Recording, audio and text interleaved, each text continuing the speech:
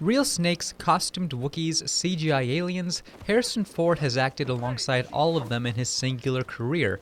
But for The Call of the Wild, the new big screen adaptation of the classic Jack London novel that is good-natured to near fatal levels, his non-human screen partner and star of the show is Buck, a massive, excitable, and daring dog who we see go through several human masters before finding his own pack and living up to the movie's name and answering the call of the wild.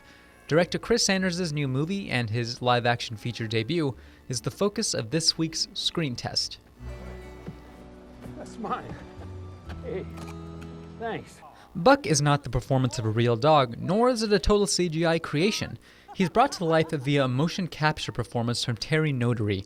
In recent years, Notary has portrayed cinema's most iconic gorilla in Kong Skull Island, as well as some of the smaller primates in Matt Reeves' Planet of the Apes films. Here, a wonderful performance by Notary provides most of the movie's charms. He gives a real tangible weight and personality to Buck.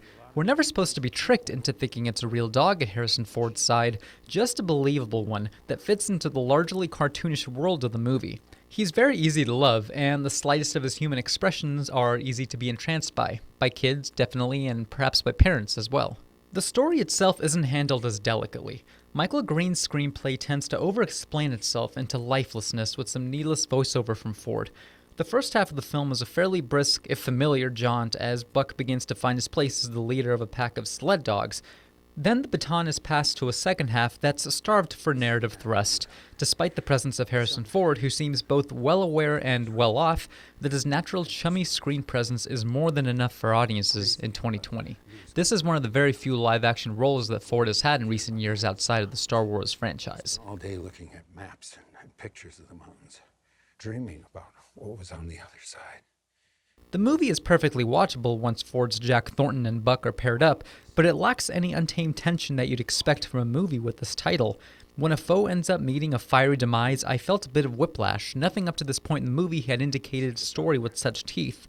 Meanwhile, other supporting roles from human actors are good enough, but they and Ford always feel tangential to Buck's journey, and perhaps that's the point.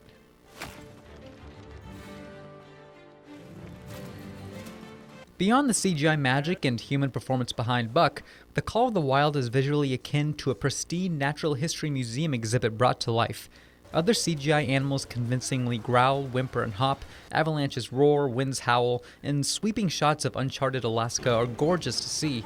But the movie's emotional payout is limited largely to what feels inevitable from its opening scenes. There are no surprises in the Yukon's forests, and that's just how this kid-friendly production would like it. There is an irony, or perhaps an intentionality, in how that sense of danger-free artificiality extends to the movie's landscapes, which are largely a product of green screen wand-waving. The wide-open vistas and snowy banks of the Yukon wilderness are familiar in their unfamiliarity. Beyond all maps. We could go, you and I. The Call of the Wild may very well please the crowds on a lazy Sunday morning, but the cartoonishness of the movie drowns out the harrowing realities of its source material to the point where it feels uneasily, perhaps inevitably, like an origin story for an eventual Disney Plus series. For KENS 5 Screen Test, I'm David Lynch. Read more about The Call of the Wild and other recent movie releases on kens5.com/screentest. What do you say, Buck?